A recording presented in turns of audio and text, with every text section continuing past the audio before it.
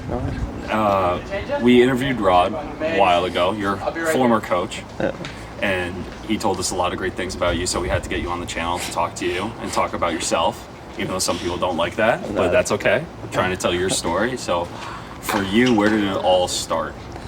Yeah, so I didn't play much junior tennis. Yeah. I played, like, when I was really little, I played, was one of the top in the South, and then I got burnt out, and so I stopped, went to boarding school, not to play tennis, just to have a normal life. Oh, really? And then picked it back up in high school, but literally just played high school. Like, I played like 5 USDA tournaments throughout high school. Oh, wow. And then I went to summer camp at Wofford, and it was like not just like your average camp, it was like a match play camp, so it was like high level, like high school kids, and I was beating everybody. And then he's like, "Oh, play some of my like counselors, his guys on his team." And I beat some of them, and he offered me a couple days after that camp. Oh, wow. Yeah, like it was bizarre. I had no other like options to play college tennis, and if that didn't happen, I wasn't going to play tennis at all. So then I'd be. So it's weird how it all worked out. And now you're here. Now I'm here. You're the 1 seed here too. So your level has gone up so tremendously too. And what was that first moment that you realized that when you started to play college, what knew that you wanted to do this for a longer period of time? Oh, I had no intention, even in college, of playing after. Really? I didn't even know what a future was until the spring of my senior year.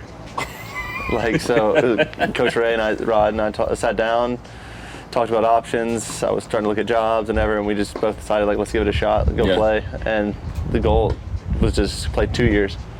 And this is year 8 now. So yeah, things have been going all right. So Coach Ray gave me a lot of confidence there. Well, what was the original idea for you after college? Because you wanted to go 2 years. What was the backup plan after those 2 years, if it didn't go as successful as it is now? Yeah, so my junior year at Wofford, after my junior year, I did a internship with the Charlotte Hornets basketball the whole summer. Wow. So like I was trying to practice and play a lot of tournaments and things like that, but I was setting myself up for jobs after NBA, like front office kind of stuff. Like I love that stuff, and so I was just preparing for that. So, but yeah, then things changed. And when did you realize you wanted to do this longer? Honestly, like I kept having some good results early on, especially in doubles, and just kind of kept pushing. And obviously every tennis player goes through like, should I hang it up? I should keep going. Yeah. But as long as my level has been increasing and I still enjoy it, like then it's a go for me. If those two things aren't aligned, then no point to keep going. So. And you primarily just do doubles now. And what made you switch to primarily doubles? Because I feel like a lot of people, or that misconception is that you have to play singles to have a career, quote unquote, a career. Yeah. So what made you focus on doubles more? Right out of college, I played my first 2 futures. I won in doubles. Beat some good players. My ranking just started to like climb faster, and I was ranked like 1,000 in singles and climbing up in doubles, and then got an opportunity to play my first challenger. One of my first challengers with Dennis Kula, and I won that in doubles. And so like I was either play challenger doubles or continue to grind through the futures. I wasn't doing as well. Like I know I could compete against guys, but it just became a reality to me. Like, hey, like I could be top 50 in doubles or top 500 in singles. Like, which would you rather do? And not saying that I would be top 500 in singles, but like realistically, I didn't see myself being top 100 in singles. Like, as much as I wish I had that level, but I just didn't have it. So, doubles was my better route. It's funny that you mentioned that too, because I feel like a lot of people play doubles after they play singles, or they just do it for fun. What's your process like as a primarily doubles player? What's your process like picking a partner, choosing a tournament? Because you don't play with the same partner every week, correct? Not this year. So last couple years I have, and this year where my ranking is, it actually has to kind of fluctuate more. Because I'm trying to get into more tour events and things like that, and slams and things like that. So kind of have to be flexible that way. It's also made me adjust and adapt my game. Really? Like when I play with the same person all the time, which is obviously good. You build chemistry and things like that. But you also just kind of get in a set way of playing versus like I'm playing with Christian Harrison this week. And it's completely different than playing with Hans a couple weeks ago. And so I'm just having to adjust and adapt my game, and it's actually good practice to be flexible. So. And do you adapt your game to theirs, or is it kind of a combo where you both have to talk about it while you practice together? I think it depends who you're playing with. Okay. But for me, I want them to play at their best, whatever that means, and I'll try and adapt to how they play. Yeah. Yeah, so it's just kind of give and take, but yeah, it's whatever. You just want your partner at their best. So. What builds that instant chemistry for you then? If you're switching partners from week to week now based on your ranking, how do you find that chemistry, or what's the one aspect that clicks for both of you to kind of say, okay, this is the route that we need to go for our tournament or for our next match? Yeah, I mean, for me, the big thing is finding someone that wants to win. Like there's some guys that'll play doubles just to play. Yeah. And of course I want to play, but I also want to go out there and try and win the tournament, whatever I play. So, I mean, there's not really a whole lot like trying to figure out chemistry-wise. It's more just if we know each other well, and then let's just kind of go after it and see what happens. I mean, you can lose first round, you can win first round. Like, just trust it and go after it and see what happens.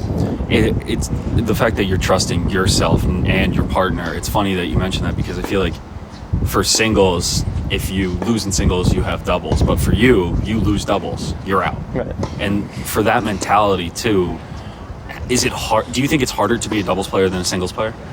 No, I don't know. I mean, they're different. There's different aspects to it. I mean, singles is just you out there. Doubles, you have that someone to bounce off of, kind of keep your energy up, things like that. But yeah, I mean, they're so different. Logistically, though, it's the same as well, right? Because it's same travel time, same everything. Yeah, I mean, it's my job. Like that's my focus. But yeah, I go out there and trust my stuff. And obviously, you're not going to win every week. You're going to lose first round week. But and I've worked on this a lot in this past year, is just to trust my stuff, live with the results. Hopefully, some of those results are positive, and you kind of keep going from there. Why did you have to work on that more? What made you kind of get into that mentality for at least this year? Yeah, I mean, sometimes you put a lot of pressure on yourself to do well, and when you get out there and you're like, I have to win this, I have to do something, then you actually play tighter. You don't play as free, versus not really worried about the result. You just kind of trust yourself that you're going to have the level to do what you need to do.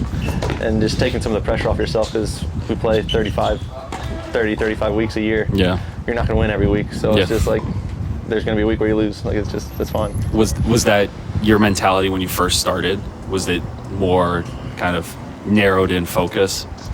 I think at first I felt like I had needed to prove myself. So there was a point where like, I need to win this, and maybe that made me frustrated or tight at times. But now I've kind of like accepted that, some days it might not be your day. Yeah. And that's what I'm working towards, is to eliminate those down level days. But yeah, just to trust myself. Trust yourself. And what's the one thing from your game that you probably took from college, or something that worked in college for you that works in the Pro Tour?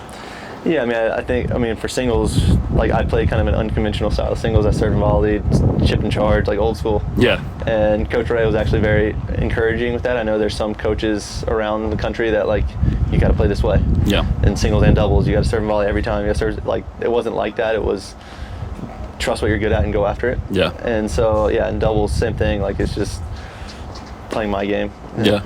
And you're in the Wofford Hall of Fame now, aren't you? Yeah, last year. Yeah. Last year. Congratulations, first of all, we have to say that. What's it like to be an eternal great at Wofford University? Yeah, I mean, it's been just a crazy experience. Like that's my home. I mean, I grew up 30 minutes from there. Coach Ray is his family at this point. Like we text each other all the time, talking about the team and stuff. But I mean, literally, it's crazy to think about if I didn't go to that summer camp, Rod Ray didn't offer me this scholarship, I wouldn't be playing tennis at all. Like, I would have just been a normal college student and gone in different ways. So, yeah, Wofford is home. I'll always rep that forever. So, I love that. Yeah. And I think my last question for you, too, is with college tennis, there's always that discrepancy of, do you go pro, do you not afterwards, or do you even skip college? For you, it seems like college was the right way. Mm-hmm. What would you say to a person that's playing juniors, or to a younger self? What would be the piece of advice you would give them if they were going into college or going pro and making that decision? Yeah, there's two parts to that. The first thing I would say is, for me, I went to a small Division I school. Like, go somewhere where you're actually gonna play, right? Like, if you go to a Power 5, everyone thinks that's like the only path. Like if you're gonna go there and be in the bottom of the lineup, like you're not gonna get matches. Yeah. Versus I went to Wofford, I played my last 2 or 3 years. Yeah. I was playing good players every week. Like I had to bring my level. Versus if I had gone somewhere else and sat on the bench, like no way I had the drive to keep playing. Yeah. So that's one thing, and then the other thing, college is just an amazing pathway. Like I was nowhere near ready physically, mentally to go out there and compete every week and lose every week. Like, and college just kind of teaches you how to grow up. I mean, there's a lot of players that need to learn how to grow up, including myself, and that was one. Yeah. Awesome. Thank you so much, man. I appreciate it. Thanks for having me.